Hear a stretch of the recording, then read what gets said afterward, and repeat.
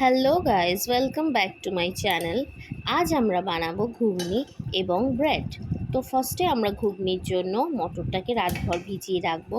তারপর প্রেসার কুকারে জল নিয়ে মটরগুলোকে সিদ্ধ হওয়ার জন্য দিয়ে দেবো। তো জলের পরিমাণটা কত হবে সেটা আমি তোমাদের আঙুল দিয়ে দেখিয়ে দিচ্ছি। দেখো, এই ইন্ডেক্স ফিঙ্গারের হাফ অবধি তোমাদের জল দিতে হবে। তারপর আমরা প্রেসার কুকারটাকে বন্ধ করে দেব, তার মধ্যে অবশ্যই নুন হলুদ দিয়ে। তো তারপর যে আলু, পেঁয়াজ, রসুন, আদা, লঙ্কা নিয়েছিলাম সেগুলোকে কেটে নেব। তো ফার্স্টে আমরা আলুটাকে স্কোয়ার শেপে কেটে নিচ্ছি। দেখো, সেটাকে ভালো করে কেটে আমরা ধুয়ে সাইডে রেখে দেব। তারপর যে আমরা পেঁয়াজটা নিয়েছিলাম সেই পেঁয়াজটাকেও কুচি করে নিয়েছি গ্রাইন্ডারে। আমার কাছে এই গ্রাইন্ডারটা ছিল তাই আমি ইউজ করেছি, তোমাদের কাছে থাকলেও তোমরা ইউজ করতে পারো। তারপর যে টমেটো, আদা, রসুন, লঙ্কা ছিল সেটাকে আমরা পেস্ট করে নেব। এই মিক্সিং মেশিনে দিয়ে দেবো, দিয়ে এবার গ্রাইন্ড করে নেব। দেখো, গ্রাইন্ড হয়ে গেছে এবং মটরটাও সেদ্ধ হয়ে গেছে। তারপর আমরা কড়াইতে দিয়ে দেবো তেল। তেলটা গরম হয়ে আসলে আমরা পেঁয়াজ দিয়ে দেবো। পেঁয়াজটাকে আমরা ভালো করে লাল করে ভাজবো কিছুক্ষণের জন্য। দেখো, পেঁয়াজটা ওই মেশিনে কাটার জন্য কি সুন্দর কেটেছে। তো তোমরা ওই মেশিনটা ইউজ করতে পারো। এবার পেঁয়াজটা লাল হয়ে গেছে, এবার পেঁয়াজটার মধ্যে আমরা দিয়ে দেবো আলু, যেগুলো আমরা কেটে রেখেছিলাম। আলুটাকে দিয়ে আমরা ভালো করে ভাজবো।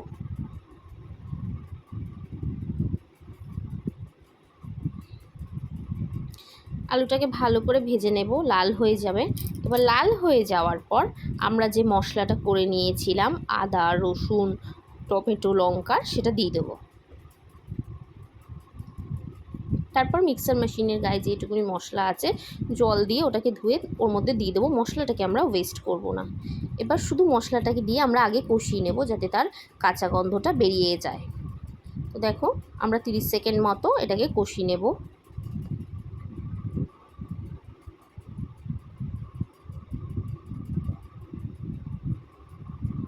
দেখো, এটাকে ভালো করে নাড়তে হবে যাতে নিচে লেগে না যায়। লেগে গেলে একটা গন্ধ বেরোবে, তো তার জন্য লেগে না যায় ভালো করে আমাদের নাড়তে হবে। এরপর নাড়া হয়ে গেলে আমরা দিয়ে দেব হচ্ছে নুন। নুনটা তোমরা তোমাদের পরিমাণ মতো দেবে, আমি আমার অনুযায়ী দিলাম। তারপর দিয়ে দেব হলুদ। আমি এটা কতটা দিতে হবে সেটা বলছি না, তোমরা তোমাদের আন্দাজ অনুযায়ী এটা দিয়ে দেবে। দিয়ে এবার ভালো করে এটাকে কষিয়ে নিতে হবে যাতে তার কাঁচা গন্ধটা বেরিয়ে যায়, বেরিয়ে তার মধ্যে থেকে তেল বেরিয়ে আসে। তো আমরা দেখো ভেজে নিচ্ছি, প্রায় 2-3 মিনিট ধরে আমরা এটাকে ভেজে নেব লো ফ্লেমে, নিচ থেকে যেন লেগে না যায়।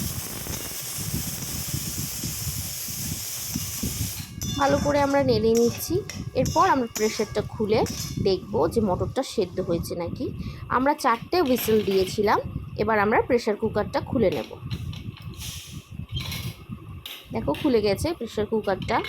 এবার আমি তোমাদের একবার হাত দিয়ে টিপে দেখিয়ে দেবো যে মটরটা কতটা ভালো সেদ্ধ হয়েছে। দেখো, এই যে মটর, এবার এটাকে আমরা নিলাম, হাত দিয়ে টিপে আমি তোমাদের দেখিয়ে দিচ্ছি কতটা সেদ্ধ হয়েছে। দেখো,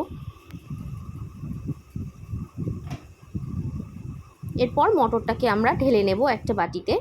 এই মটরগুলোকে এবার আমরা ওই যে মশলাটা আছে তার মধ্যে মিশিয়ে দেব। আস্তে আস্তে মেশাতে হবে, গরম আছে তো তাই জন্য।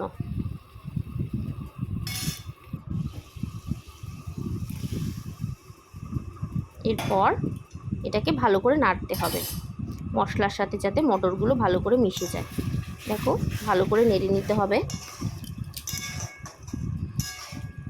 ফ্লেমটা লো রাখবে, হাই করবে না, তাহলে পুড়ে যাওয়ার ভয় থাকে। লো ফ্লেমেই এটাকে ভালো করে কষিয়ে নিতে হবে। দেখো, ভালো করে নেড়ে কষিয়ে নিতে হবে। যদি তোমরা চাও অল্প জলও দিতে পারো, কিন্তু আমি জল অ্যাড করব না। আমার আলুগুলো ভাজতে ভাজতেই সেদ্ধ হয়ে গেছে।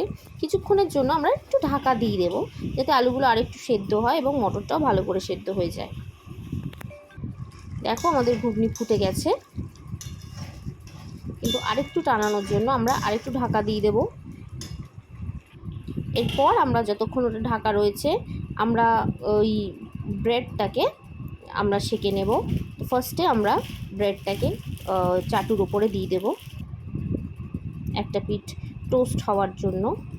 ভালো করে আমরা টিপে টিপে সেটাকে টোস্ট করে নেব।